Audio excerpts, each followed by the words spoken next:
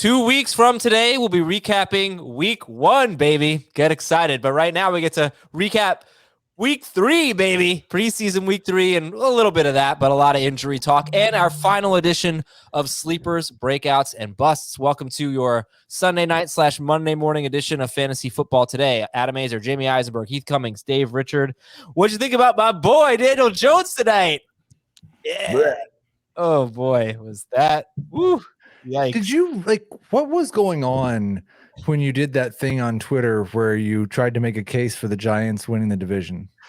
I don't know what you're talking about, Heath. That was someone else who hacked into my account. The Eagles are going to win the division. I'm going with the Eagles. All right, we got some Twitter polls, some Gus Edwards and Michael Pittman Twitter polls. If you didn't listen to our 15-minute bonus podcast about Gus Edwards, please do that. It dropped on Sunday morning along with our mailbag. Give me your, if you have any, Dave, big preseason week 3 takeaways. A lot of teams sat their starters, but was there anything that really jumped out? Let's see. Sam Darnold started for Carolina, played quite a while with the first team offense. I thought he was really inconsistent, enough to make me nervous when I think about DJ Moore. First of all, DJ Moore, there were three plays that Carolina had 20 yards or closer to the goal line. He ran into the end zone once on those 3 plays. The other 2 were short routes. Most of his routes were short, within 10 yards of the line of scrimmage. Darnold missed a couple of times when his receivers were open. And I think about Terrace Marshall, who is a sleeper, and I think about Christian McCaffrey, who's healthy. I'm worried about that offensive line. The story on Darnold has been that he's been inconsistent. I got nervous about DJ Moore, and I moved him closer to what his ADP is versus where I had him, which was like 10 spots higher. So one of my takeaways is Carolina's offense outside of McCaffrey and maybe Robbie Anderson might not be so amazing in terms of week-to-week starters. So why are you a little down on DJ Moore but not Robbie Anderson? Just because you can get him? I like the way that Robbie looked. He was running routes great. He was flashing speed. DJ wasn't. Well, I thought Moore had a pretty good game. He had a lot of targets. He didn't have a good average on those targets. I'm telling you, he was running a bunch of shorter routes, and he was getting locked up in man coverage quite a bit. It's a preseason game. I don't know how hard he was really trying or anything like that. And he's coming off of an injury. That's a fair point. But I think that's probably more impactful about what he looked like this week, not necessarily long term. Right. But we also know that he hasn't been a red zone guy. Yeah, I mean, that's always his career. So, and he was better last year on a per game basis, or like amongst his peers on a per game basis in non-PPR than he was in PPR. All right. Any other big things? We'll get. It's really not so much a preseason week 3 show. This is a sleepers, breakouts, and bust thing. But if there's anything else that you guys really feel like you need to talk about, now's the time. We'll get into it again. Great to see Courtland Sutton out there. Looked good. There was a couple of fantasy Twitter doctors that thought he looked explosive coming off of his cuts, which is nice to see. I hope this San Francisco quarterback rotation goes away quickly. It's going to work, though. It's the problem. It might. Laviska Shenault looks amazing. So that was fun to see. Trevor Lawrence looked good. I mean, obviously against backups, but Shenault is the best Jaguars receiver right now. The healthiest, that's for sure. The healthiest, yeah. But I mean, he was my favorite before DJ Chark got hurt, and he's my favorite still. But on Shenault, he's really it seems like he's been sort of this short area safety valve for Trevor Lawrence. High volume Deebo Samuel. He could rack up a lot of catches. Yeah. Okay, cool. All right, anything else? Gardner's free. You see this Kyle Pitts play? It's trending on Twitter. Yeah, it was a beautiful 8-yard catch that he turned into. You knew that everybody would go crazy as soon as he made a play, though, in the preseason. Did you see the Eagles and Jets tied? What'd you say? The Eagles and Jets tied. Yeah, they tied. That was my takeaway. All right. I'll give you one more. I thought the Steelers' offensive line did a good job in pass protection for the second week in a row. And it was I think it was either mostly their starting offensive line or entirely their starting offensive line. But right guard was a spot that I wasn't sure if Finney is a starter. But I thought they looked good for the second week in a row, while Dwayne Haskins looked terrible. All right, Heath, final thoughts?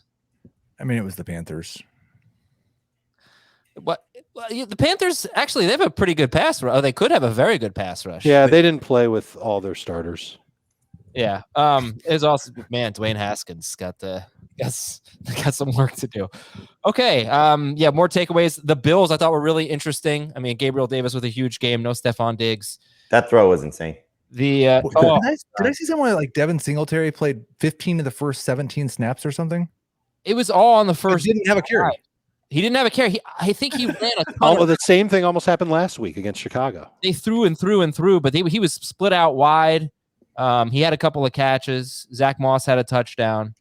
But I think, somebody's going to have to be good in that offense other than Stephon Diggs. Who's it going to be? Is it going to be Gabriel Davis?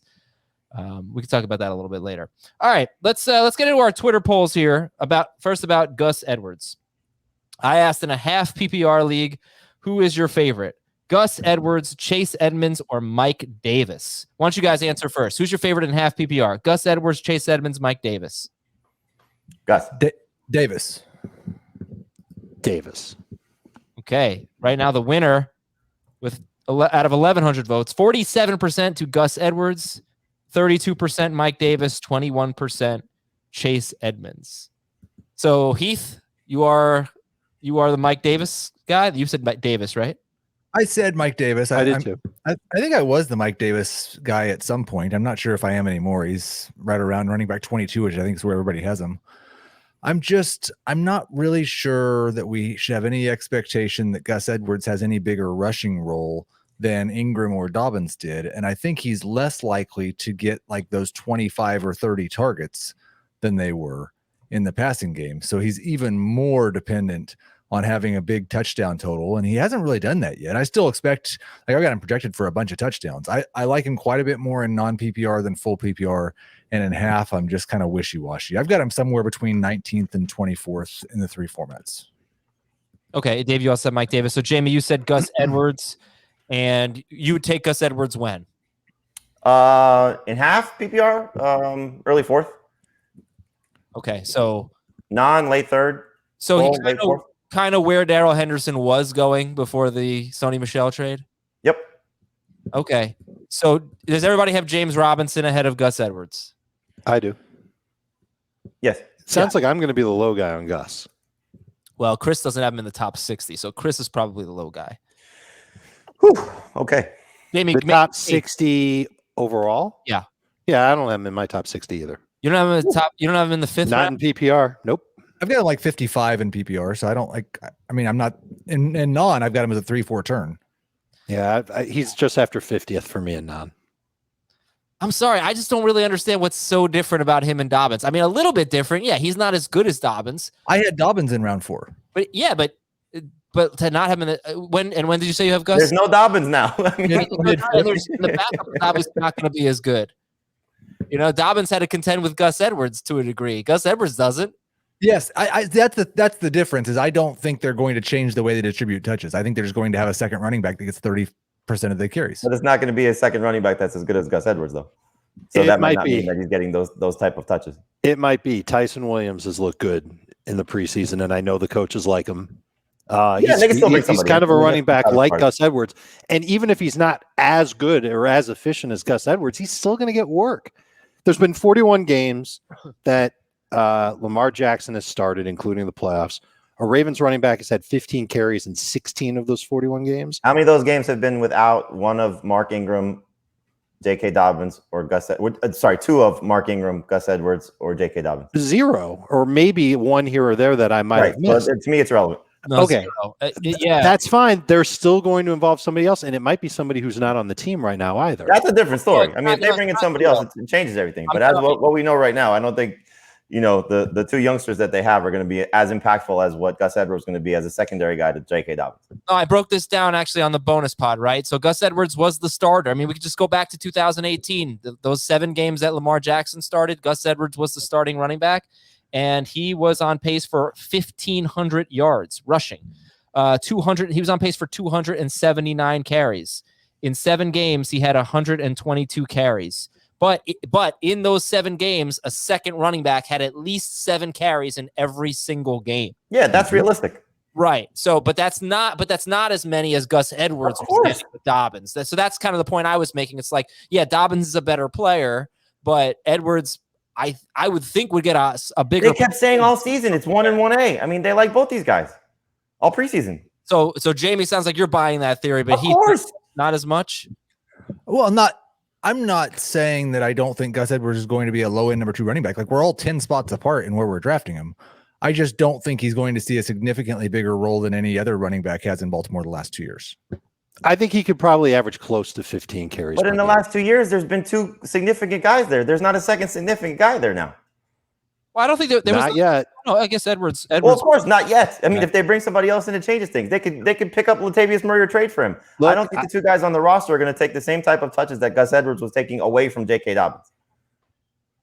What was it, like 11 and 9, what they averaged last year? Right. So now it could be something like 13 and 7. I would probably say it's more like 15 and 6.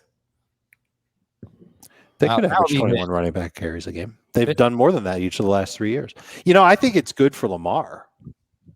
I think this is a plus for Lamar Jackson. I just don't know if it's enough to put him ahead of. For me, it would be Kyler Murray to put him in the 3 spot. It would be better if he had a healthy receiving core. Okay, so that's our Gus Edwards Twitter poll. Let's go to our Michael Pittman Twitter poll with T.Y. Hilton out indefinitely with a neck problem, a disc problem. Could be. Let's hope he gets back soon, but you don't like to see that. Who's your favorite in full PPR? Corey Davis, Michael Pittman, or Laviska Shenault? Corey Davis, Michael Pittman, Laviska Shenault. Jamie, who do you got? Shenault. Heath? Shenault. Dave? I'll say something different. Laviska. Okay, well, he's in second place to everybody's favorite, Corey Davis. Michael Pittman way behind here. Kind of interesting. He's my third here, too. Yeah. Okay, I'll just make the case. He's Corey Davis is probably the clear-cut number 1, but Pittman's the clear-cut number 1, right? For now. We don't know how long T.Y. Hilton's going to be out. I mean, yeah. You know, I hope it's not long. I hope it's not season-ending. If it is, obviously that makes things a lot better for Pittman. I mean, their left tackle situation could be an absolute disaster. Who knows what's going to happen with Wentz? You know, if he's rushing back and re-injures his foot. I mean, I didn't move Pittman at all. No, me neither. Yeah, and he's not the clear-cut number 1. I was just making the case. He's because it doesn't necessarily fall on Pittman. He's not some proven guy. It could be Campbell. It could be Pascal. We don't know. It's certainly happened. Yeah. Okay, so you didn't move Pittman. That means you guys would take Pittman before or after pick 100? After. Before Real close to, though. Yeah, so before round 120. 9, round 10, something like that? Yep. Okay.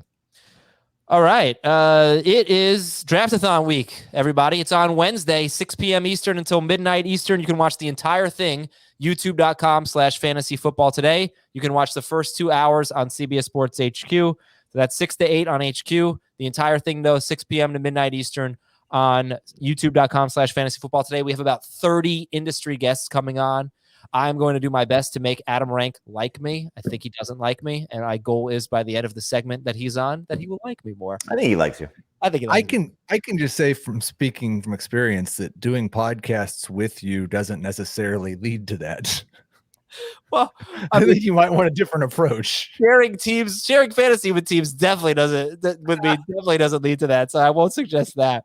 This is also your last chance to sign up for poker tonight, Monday night, August 30th, 7 p.m. Eastern. Our 300-player multi-table virtual poker tournament supporting St. Jude. Hang out with us. We'll be there hanging around and chatting with you guys and other poker players during the tournament via Zoom. Sign up at stjude.org/draftathon, stjude.org/draftathon, or click the link in the episode description. If you want in the 2021 For the People Podcast League, that is 8 p.m. Eastern on Thursday we're drafting. The winner of this poker tournament is in, and the top 10 finishers get a 15-minute Zoom call with an FFT analyst. Again, stjude.org/draftathon. It's 300 spots are available, but less than that now. But the tournament starts Monday night, so get on that, stjude.com/draftathon. So your news and notes, Dobbins out for the season. How about Irv Smith? Sorry, Jamie. He will miss the start of the season with knee surgery. After knee surgery, he has a meniscus tear. What's your reaction here? Sucks. Hopefully he's back soon. But, he was top 7 for me in non-PPR, top 8 in PPR. And I'm still hopeful that he has the chance to finish the season strong. But it's rough situation. He's gonna, who knows how long he's gonna miss. So it's a boost for Adam Thielen. It's a boost for Justin Jefferson. And we'll see if Conklin gets back and he's able to step in there. But hopefully Smith is back in the middle to the latter half of the season and 100%. Conklin is an interesting play in DFS for week 1. And if your fantasy league has IR, is he right? He's not. hurt. I don't know if he played or not. I got to check. No, he's hurt. He hasn't played. Zach Davidson week. Zach Davidson was an interesting prospect. I liked him when they drafted him. If you've got IR spots in your league, you can take Irv Smith with one of your last 2 or 3 picks and stash him there and then pick somebody else up off the waiver wire after the season starts. So it's kind of interesting. So refresh my memory here. If you're on short-term IR to start the season, you're out 8 weeks, right? No. 6? No. 3. 3, I think. Minimum of 3. Oh, I'm thinking. Pup list is 6 weeks. Pup list, right. So what's the 8 weeks, the long-term IR? That's That how it doesn't used to exist be. anymore, right? Right. Yeah. Okay. That's gone. Okay, so that's good because obviously for people in IR spots, you need to be, for a lot of fantasy leagues, people require to be actually on IR. So that seems likely to happen with Irv Smith. Okay, 3 weeks. Sorry about that. Let's see what else we got. T.Y. Hilton with the neck issue. What about this Deshaun Watson stuff, Dave? According to Yahoo, Miami is the front runner to acquire Deshaun Watson. When I see it, I'll believe it. I'd be surprised. Okay, well, I'd be surprised if he plays this year. is anybody drafting a Dolphins receiver or running back thinking, hey, they're going to get Deshaun Watson, or hey, they could get Deshaun Watson, let's bump them up? Nope. No, Okay. you shouldn't. But I'm still drafting Gaskin, Waddle, Fuller at the right value. Gesicki is an interesting early season tight end. Mm-hmm. Just a guy to start streaming with. Okay. Right, but the question, that wasn't the question. Okay. No, I know it wasn't your question. I'm just giving you a different answer. I still like those guys. I would like them more if Deshaun Watson magically appeared in Miami and knew the playbook and had his timing down with everybody. I don't need the that Bill Belichick. What? He's teasing us. Bill What Belichick? happened now? He was asked after the game, have you made a decision on your quarterbacks yet? No, we still have a lot of decisions to make. I'm not sure any of these rookie quarterbacks have shown that they're ready. Trevor Lawrence looked pretty ready in his third preseason game, but The starters for the Cowboys, I wouldn't have right. taken. It's amazing how much better he played without the weight of Minshew on his shoulders. Like you got Minshew out of town, and Trevor Lawrence was just free to play football. It's Minshew like he might not knew. have taken a dump yet, but maybe Trevor Lawrence did. Ryan Fitzpatrick will start for Washington. By the way, I don't think you guys have heard this soundbite that somebody cut. Let's check this out. This is the greatest hits of Dave Richard. it should be honestly, it should be out by now, but I'm really backed up. I'd like a big ice cream sundae and a quiet hotel room for 12 hours. All right, good stuff. Ryan Fitzpatrick's named the starter. Don't know who's going to start week 1 for the Colts yet. Jamie mentioned their left tackle issues. Their left tackle, one of their preseason left tackles, tore his ACL. They're hoping to get Eric Fisher back. He's recovering from an Achilles issue. So torn Achilles last year. So left tackle could be a problem spot for the Colts. Evan Ingram left with a calf injury on Sunday, and calves are not good injuries. 2 weeks out from the season. So we'll see. This is a little bit of I'm just going to call this a vague interpretation of Saquon. I'm going to say Saquon Barkley may be on a snap count in week 1. What am I basing this on? Just the Giants beat writer for the New York Post gave injury predictions for Galladay. He thinks he'll be back. This is just predictions. For Kadarius Toney, he does not think he'll be back in week 1. And for Barkley, I think his prediction was like he might be limited in week 1. So I think you should just be aware of that he might be limited to start the season. I think you are already aware of that, but we just haven't seen much. It's all speculation. No timetable for Tariq Cohen. And boy, Damian Williams not having a great preseason, it seems. So He looked all right in the first game. you can only say that things have gotten better for Montgomery, Yes. right? It would help if that offensive line was at full strength. And the Jets acquired defensive end Shaq Lawson from Houston for a 6th-round pick. All right, about time for our injuries, news, and notes, unless you guys have any other... No, let's do it. Let's talk a little preseason football here, because there were some interesting things. So some questions here. Courtland Sutton looking good. Are you less enthusiastic about Jerry Jeudy now? No. And No. I'm super enthusiastic about Jerry Jeudy. Although, just looking at this game, he was basically operating as their slot receiver. So you could take that one of two ways, that he's, going to move around, or, that they're going to, maybe do some different things that we weren't expecting. Who else, by the way, Judy or Sutton? Judy. Judy was operating. They had Tim Patrick and Sutton on the outside. So first time that everybody was there for them, their top 3 receivers, with KJ Hamler working as the 3rd, 4th, depending on how they're going to use those 2 guys in terms of Patrick and Hamler. They got a talented group. That's the only thing I think you got to worry about, is there going to be enough volume, because the quarterback decision, while I think is going to benefit Judy and benefit Sutton, it speaks more to Vic Fangio being very conservative, because you look at the start of their season and it's 2 very winnable games in a row with the Giants and the Jaguars. This is a team built to run the ball and built to play defense, and not necessarily to open up the offense. Drew Lock would have been the guy that you're going to say is going to open up the offense. I know, Adam. Yes, the Giants. They're going to be the Giants. Hate to tell you that.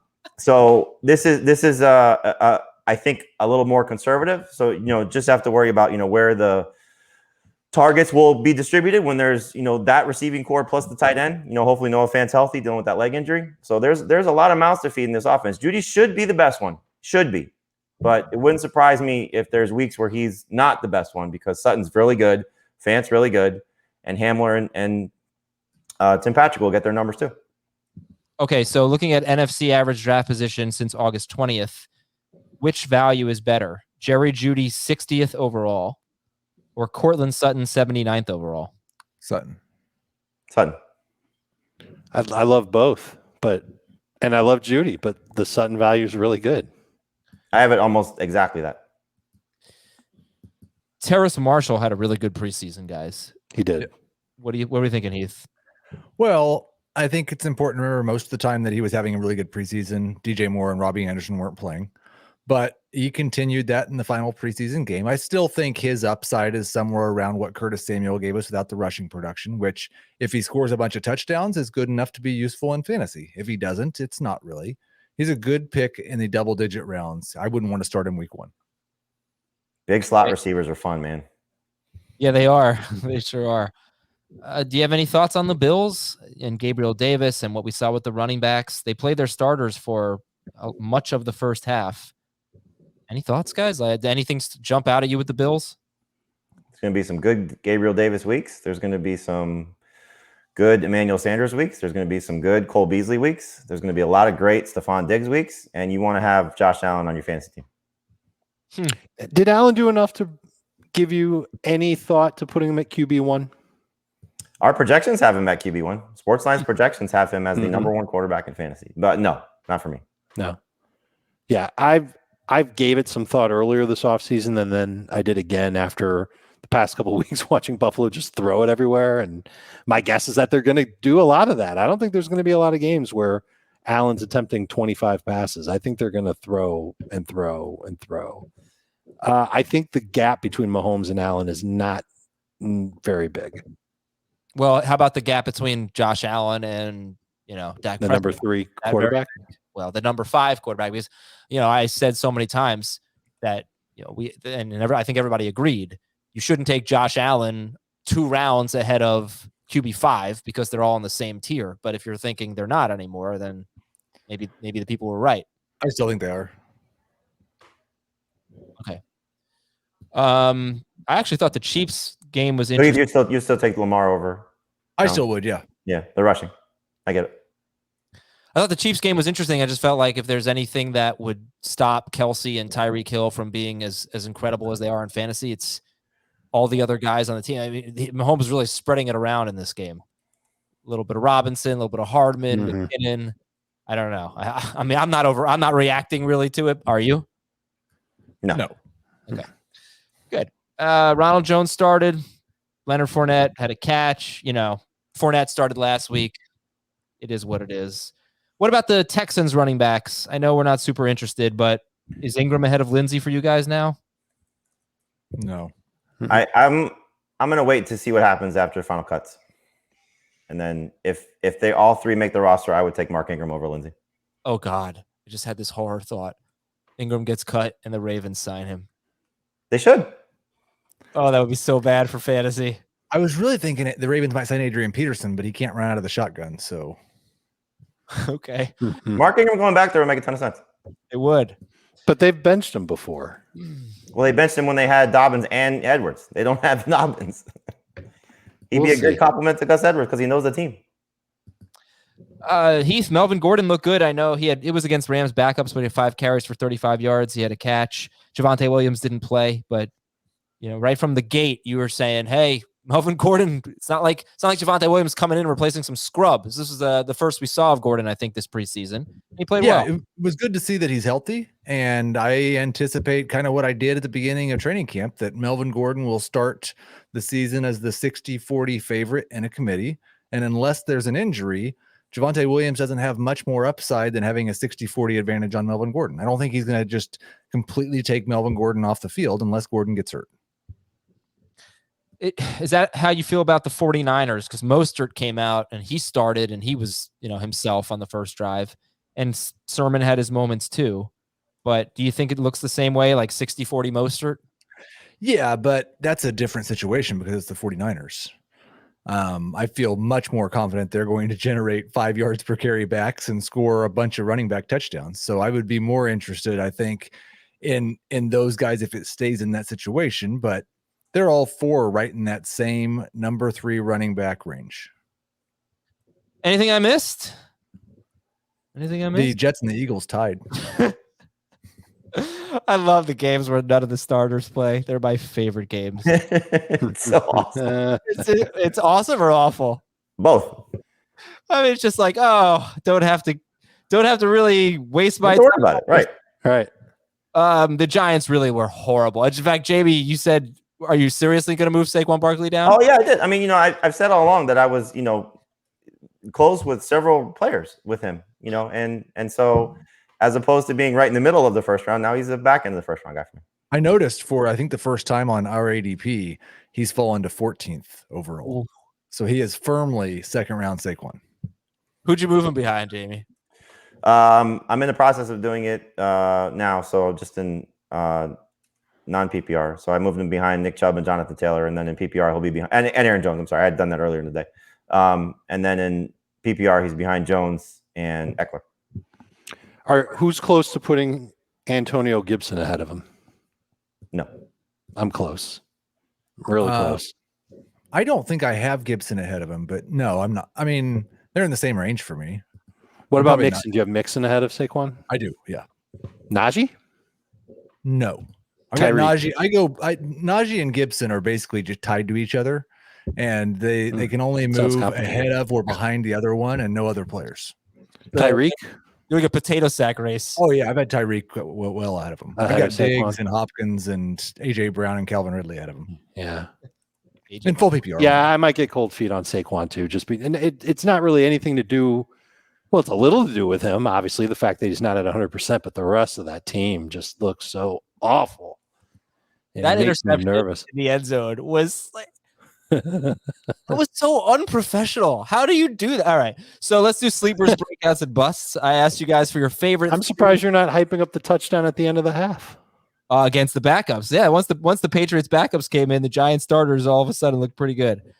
Jamie, sleepers, Dave, sleepers, Heath, sleepers. I want your favorite 3 and 3 breakouts and 3 busts. Jamie, you get to go first. Give me 3 sleepers.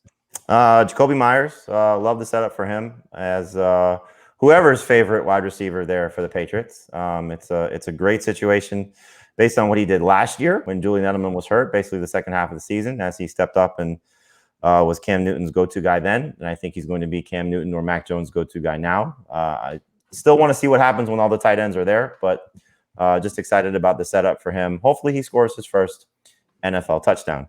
I'll go Darnell Mooney also. I think we're going to see a fun season from him in his second year based on what he did at the end of last season. no Anthony Miller, no real third receiver to speak of.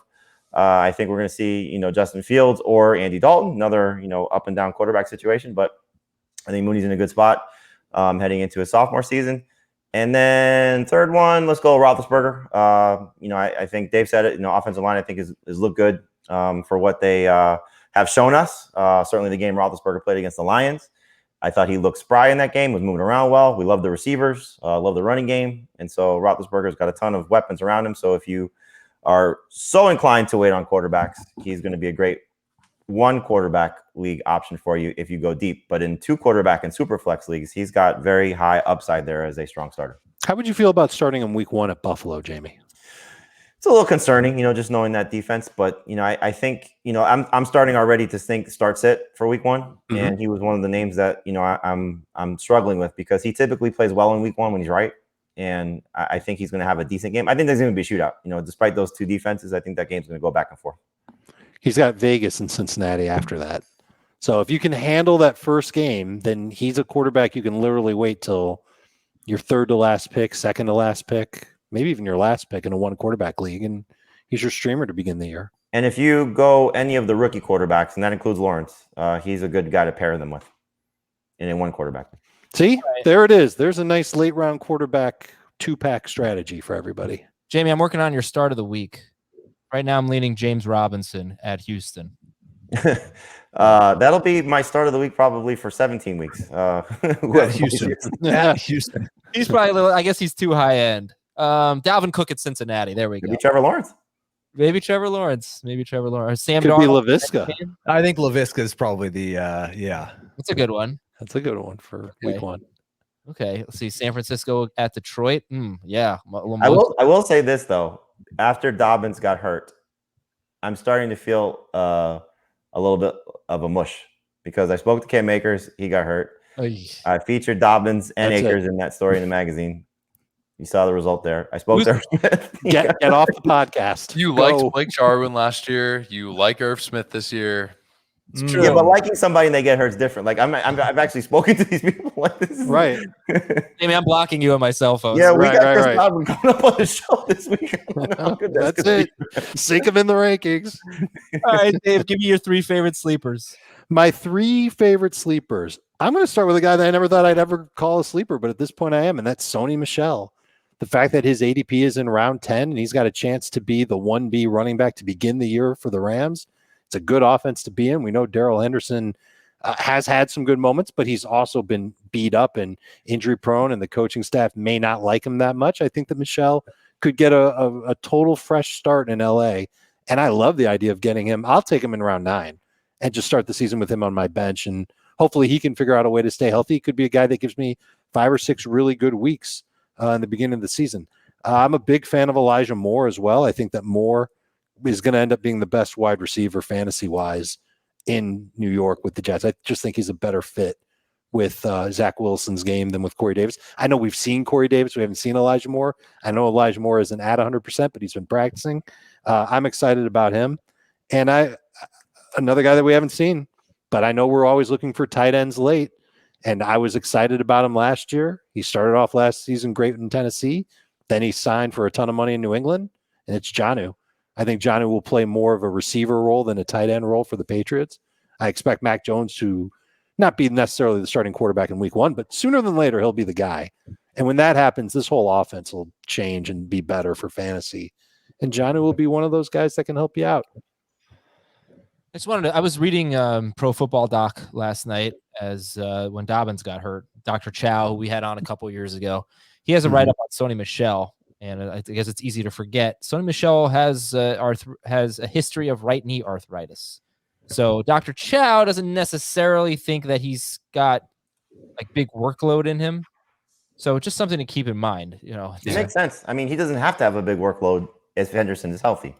The concern would be is what happens if Henderson gets hurt or misses time. He's the second guy, but it's not like he's far off from the first guy. Right. So then why would you spend the draft capital on Henderson? It's the Rams. They don't even think draft capital is real. They just throw draft. No, picks I'm talking around. about fantasy draft capital. I'm not talking about Of course, yeah. I mean, they go to. If you don't believe in Darrell Henderson, then you take Sony Michelle. But if you believe in Darrell Henderson, then he's worth round 4, round 5 pick. Do the Rams believe in Darrell Henderson? We'll I find think out. they have to. I think they have to. I don't know if they necessarily want to.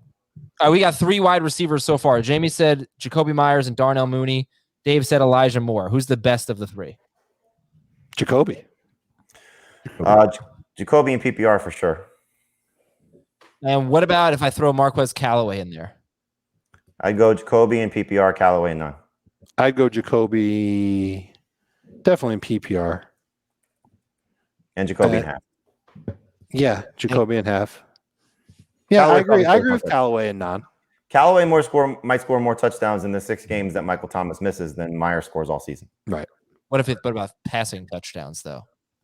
That's true. There may be a passing touchdown or two, especially if both Cam and Mac Jones stink. Okay, Heath, how about you? Any thoughts? Are we late enough in August? Oh, I thought you were going to me for my sleepers. Yeah, Am I we still are talking right about- after, okay. but you didn't Right weigh in. after this. Callaway versus Myers.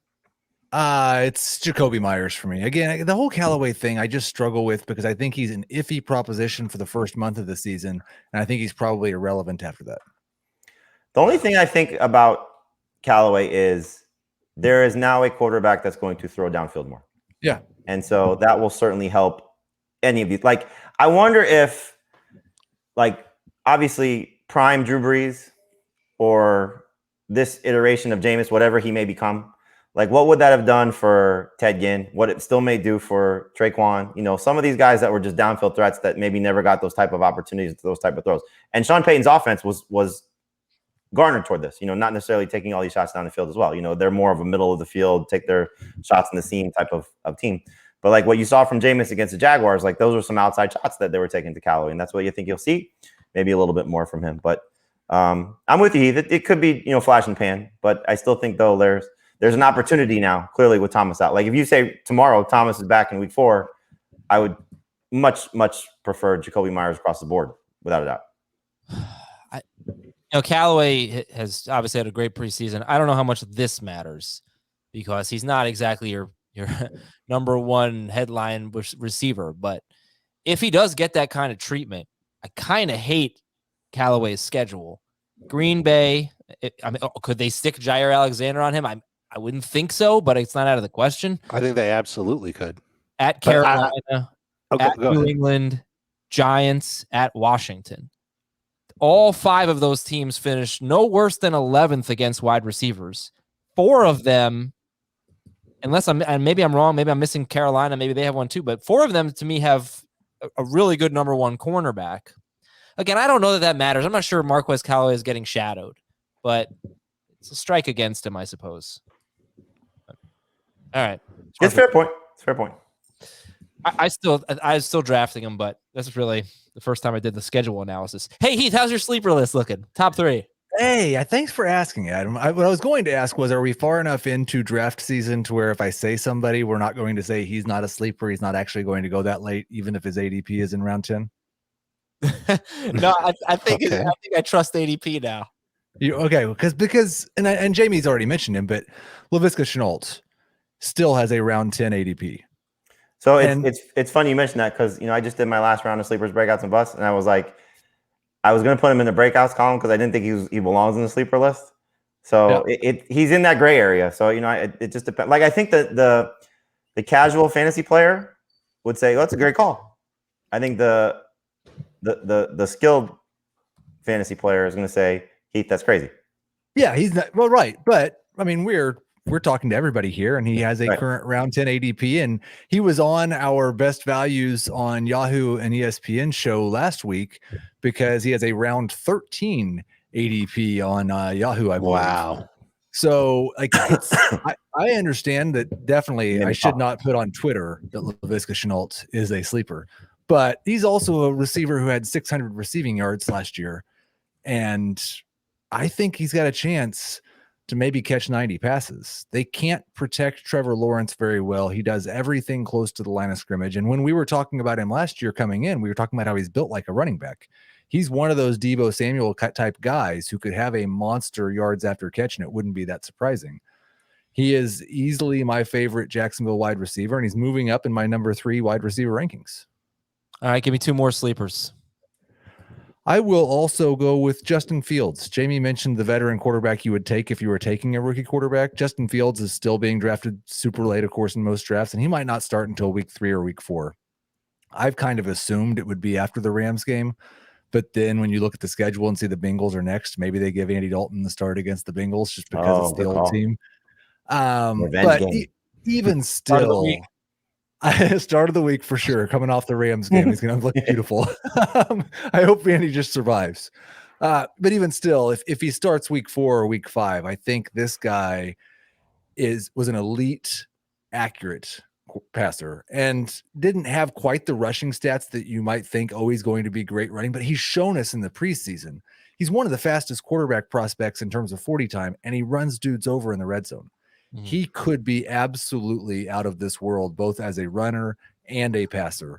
I honestly think Fields has top 5 upside once he starts starting. I made the switch after the stupid 49ers thing tonight. Fields over Lance. It's interesting. And Heath, third one? Third one, I will go with Team Gio, Giovanni Bernard. This team threw 117 passes to their running backs last year, despite the fact their running backs couldn't catch. Then Tom Brady and Bruce Arians went out and hand-selected Giovanni Bernard to play that role. I don't think he's going to get the 120-plus targets that James White used to get, but I wouldn't be surprised if he gets close to 100. I really think he could be a top 20 PPR running back this year. I've seen some people suggesting that, one, they're so good they may not get many third-down situations because their offense is just going to throttle people. Has the preseason bothered you at all? Because it's bothered me a little bit. Bruce Arians comes out and hypes him up, and then, nothing. And it's not like, we're seeing it. You know what I mean? So right. I thought we were seeing. I mean, he's been on the field on third down. We're seeing it in terms of snaps. You could put a practice dummy on the field. If he's not getting attention, it doesn't matter.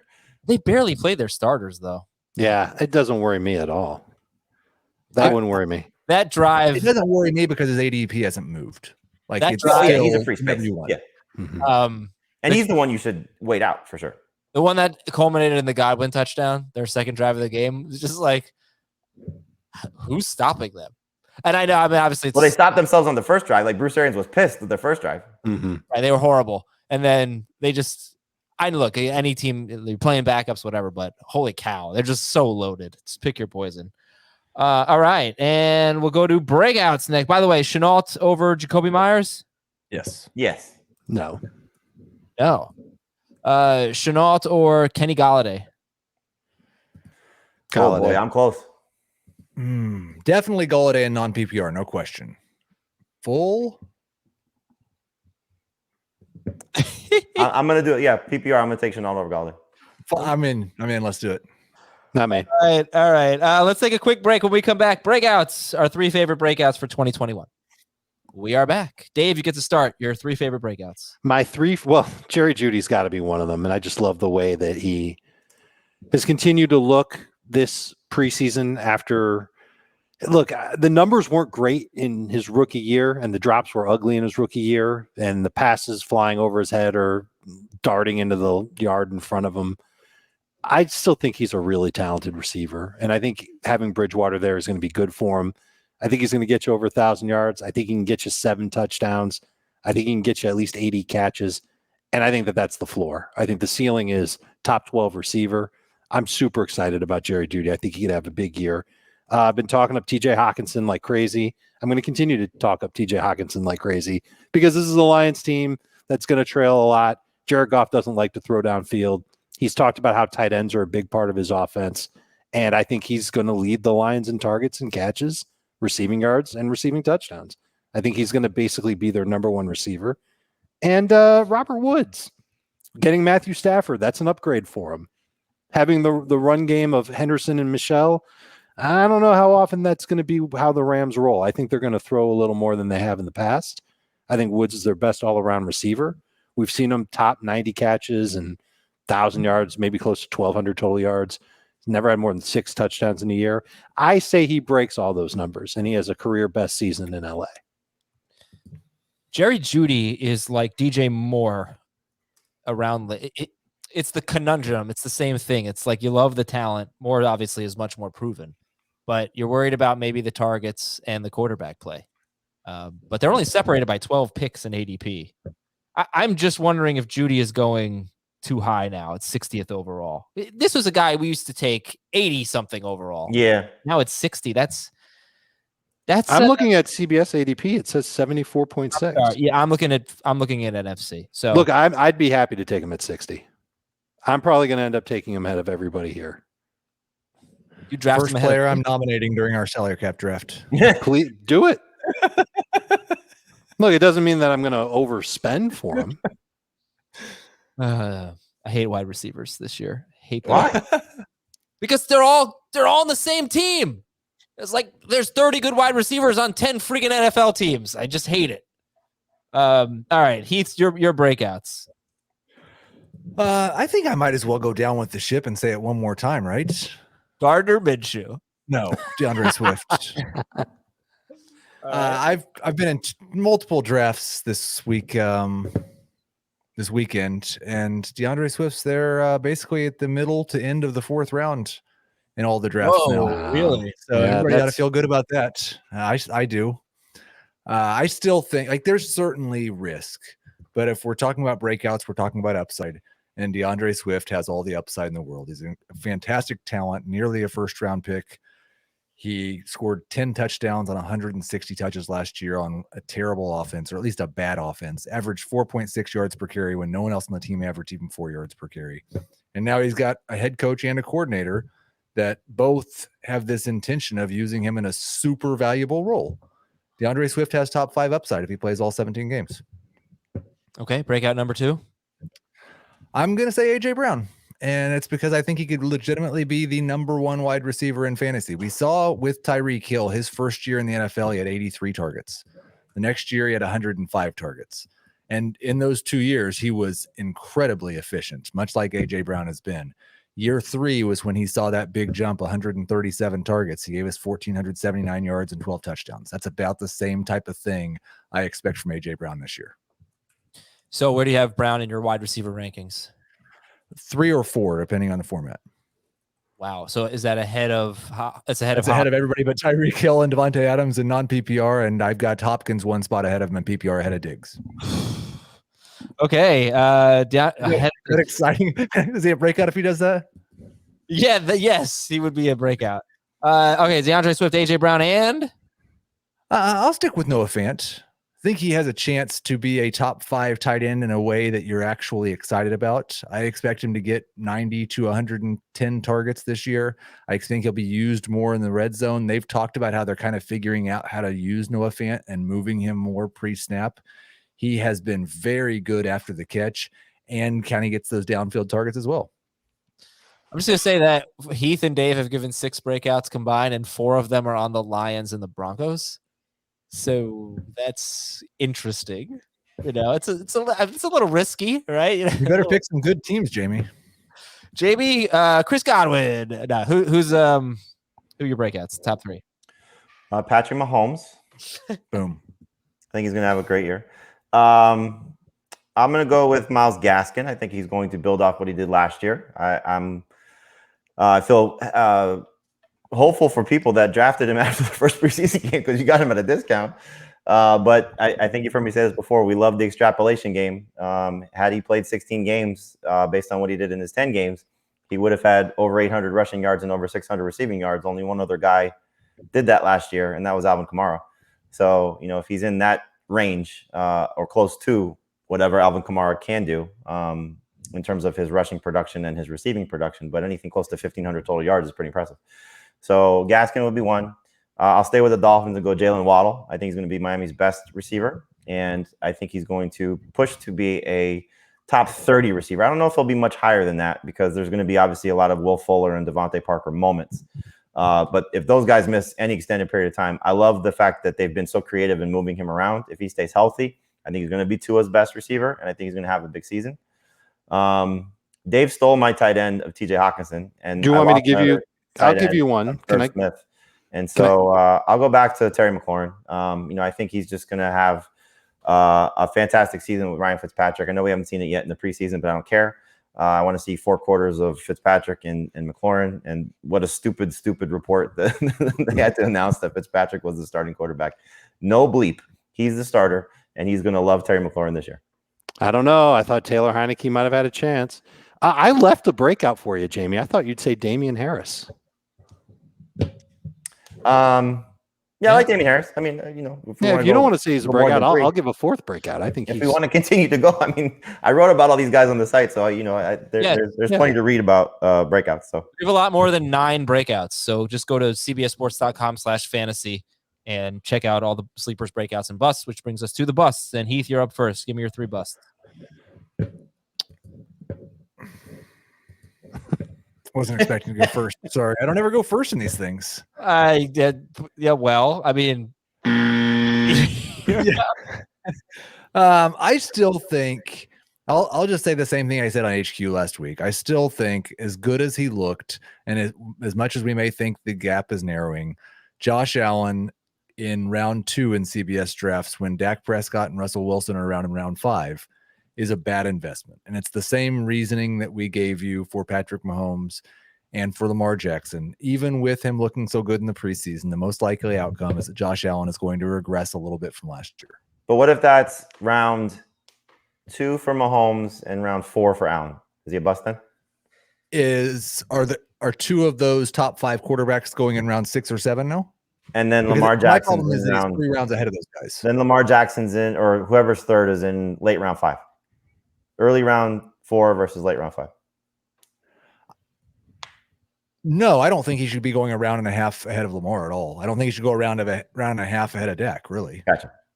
Here's ADP on CBS right now. Mahomes 11th, Josh Allen 18th, Kyler Murray, Lamar Jackson, and Aaron Rodgers are 36th through 39th. So that's 18 to 20 picks after Josh Allen. Russell Wilson is 50th. Dak Prescott is 52nd. Dak Prescott is QB 8, I think. So, yeah. All right. Understood. 2 more, Heath? Yeah. I also want to say that I think like this is the best year I can remember at this point in terms of ADP. It's hard for me to find guys in the first 3 or 4 rounds that I think are going way earlier than they should be.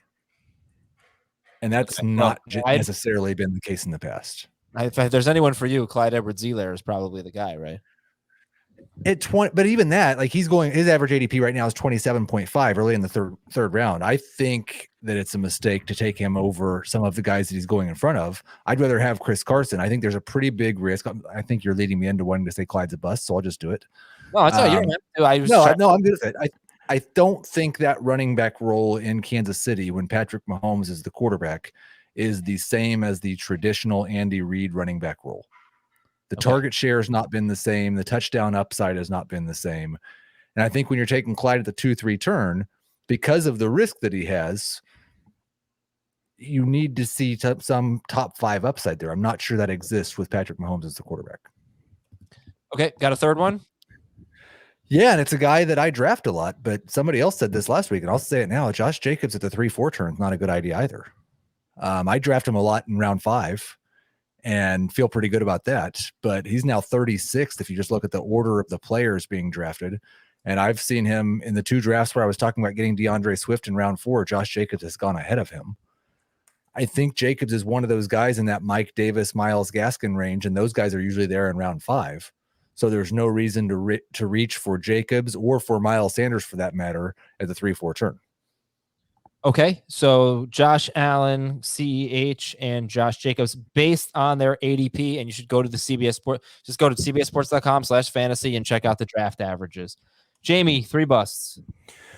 Aaron Rodgers on our ADP is still going as a top 5 quarterback. I still think he's a top 10 guy, but that's where I would rank him as 10. I think him going ahead of Dak, ahead of Russell Wilson, that's a mistake. I think Rodgers will still be very good, but he was basically 23 fantasy points or less the 3 previous years prior to last year. So if he's anything close to that, you're going to regret taking him as a top 5 quarterback. Even though, again, I think he's still going to be a very good number 1 QB, but not anything close to what he did last year. He took one of the running backs I think that everybody calls a bust. I'll take the other one, which is Miles Sanders. Just concerning what we've seen in the preseason, the reports. I actually just drafted him in a keeper league draft today, but it was as my 3rd running back. And so if I get him as a 3rd, I'm thrilled with that. But taking him as a starter makes me a little bit nervous. So he's at 48th overall. Yeah, I don't think he's a round 4 player. He's obviously sliding. So if you're going to call him a bust after this, you probably missed your window, because I think round 5 is probably about the spot he should start to be considered. But anything in the first 4 rounds, I think is a potential mistake. And then let's see, the third one, I'll go Mike Evans. This is one where I think our ADP is fairly good. Where he's been going, late round 4, he's starting to trend up a little bit. But we've said this a lot. The mouths to feed in this offense there's a lot. It's robust. And is he going to have the same level of production that we've seen in the last year alone? 13 touchdowns is hard to replicate. You bring back OJ Howard, you bring in Giovanni Bernard, you keep Antonio Brown. There's still Chris Godwin, who's in a contract year.